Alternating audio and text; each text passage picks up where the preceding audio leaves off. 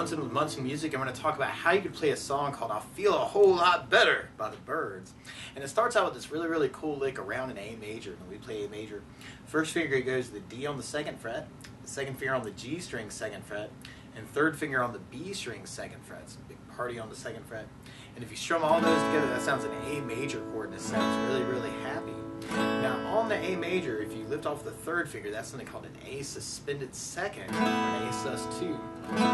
And if you take the A major and kind of add in the pinky on the B string third, that's something called an A sus, or an A suspended. And there's this cool little lick where you may want to play an open A string for kind of a bass note, and then do a down on the A, and then go to an A sus2 for a down, back to the A for the up, A sus for an up, A for an up, A sus2 for an up, back to the A for up, down, up. It's kind of a cool little intro lick, and you'll hear it around A chords through the song. It's kind of that bass.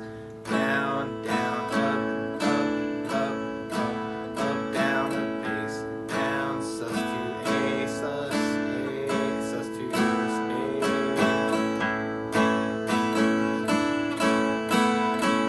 It's kind of a cool way to kind of kick off the tune and actually kind of hear that is kind of a tag at the end of our main verse chorus.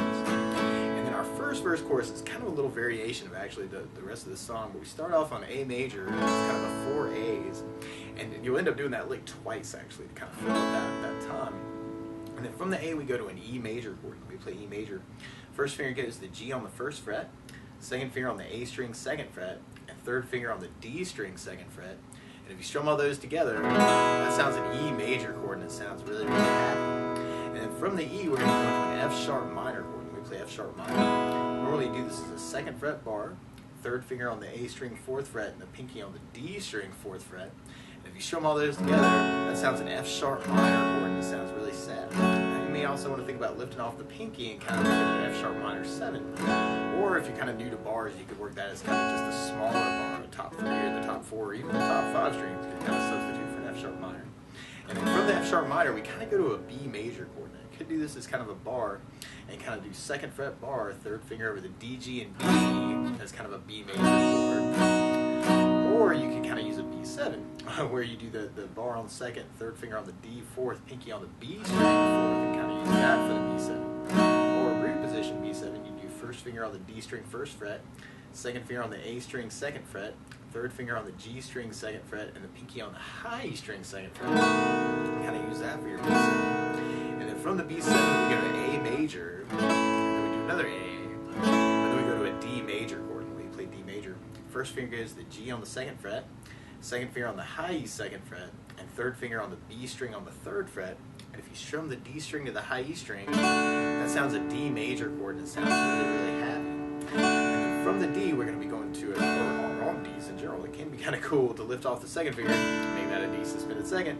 Or you could add in the pinky on the high E third, make it a D suspended chord, kind of like the A chord. So you might want to kind of play around with that if you got enough time to say some things on D's. And then from the D, we'd be going to a B minor chord. Normally you do this as a second fret bar, second finger on the B string third fret, third finger on the D string fourth fret, and the pinky on the G string fourth fret. Kind of strum all those together, that sounds a B minor chord. Or you might want to think about lifting off the pinky and making it a B minor 7. Or another way to play B minor 7 is to do first finger on the A string second, second finger on the G string second, and third finger on the high E second fret. You can kind of use that for that B minor chord. And then from the B minor we go back to A major, and then we go to E major, and then we go to D major. So it's mixed up later on, but in the first verse we go back to the E major, and then we kind of go back to the A with our intro lick. Now you could do this with a bunch of different strummings actually. Kind of an 8 down idea could be kind of a cool idea to kind of work it through the tune. Kind of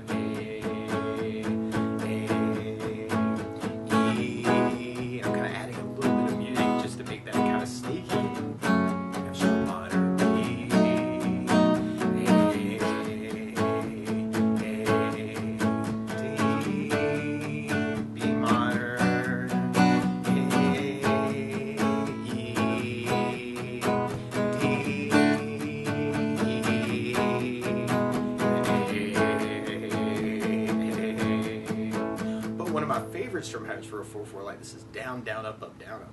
So you see the A and just tried that a lot. You'd have down, down, up, down, down, down, up, down, down, down, up, down. So we tried that through that verse part. We have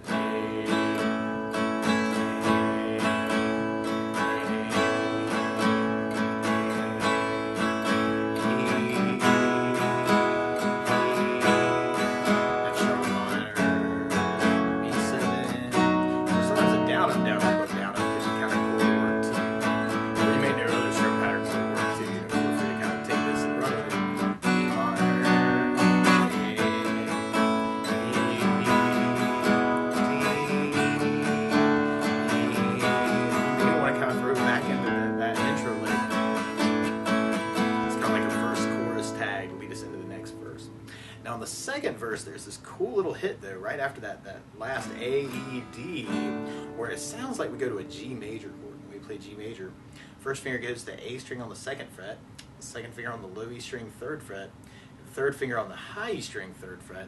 And if you strum all those together, that sounds a G major chord, and it sounds really happy. Now, you may also want to think about putting the 3rd finger on the B string 3rd, pinky on the high E string 3rd. That can kind of help get to that G from the D chord. It's kind of this cool little hit where you have the G major and then kind of a really quick D, G before we go to that A with the intro tag kind of at the end. And what you may want to do is on the G, you could do kind of a down, down, up, and then the D with kind of a down, up, and then back to the G for the last up. It's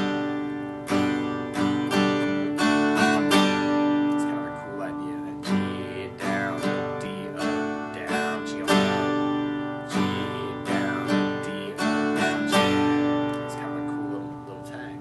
So we tried that with our strum pattern through that whole second verse. We got A, or you can throw in the lick on that.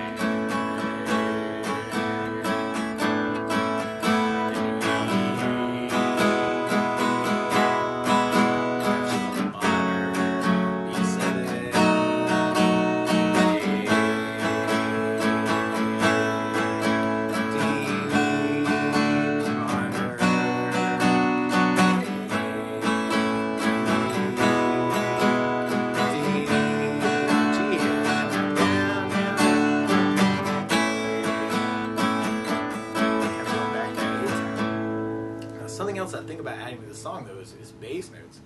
And a lot of times on that first down of the down, down, up, down, or the down, up, down, up, down, you're doing the bass for the chord. So on the A, you'd have the A for the bass. On the E, you'd have the low E for the bass. On the F sharp minor, you'd have low E for the bass. On the E7, you'd have an A for the bass. On the E minor, you'd have the A for the bass. And on the D, you'd have the D for the bass. And on our G, we'd have a low E for the bass. So on that solo verse chorus, we kind of tried that with basses. You'd have the A with the A bass.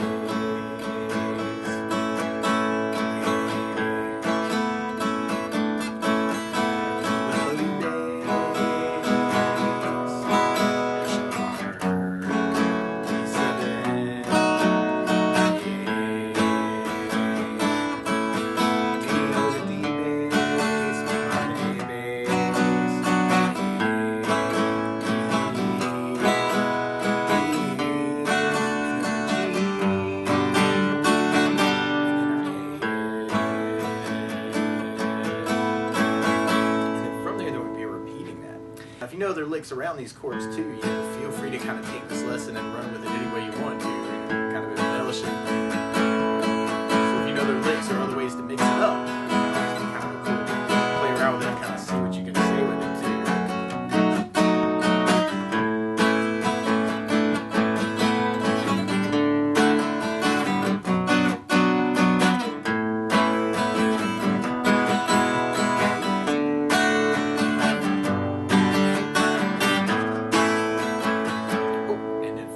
Instead of going into our regular tag, we kind of go between and into our outro around an A and a G chord. So we're going to have that A, G, A,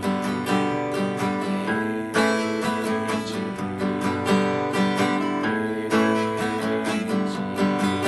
I'm kind of going bass, down, down, up, down, the lick, and then kind of hitting that G for the bass.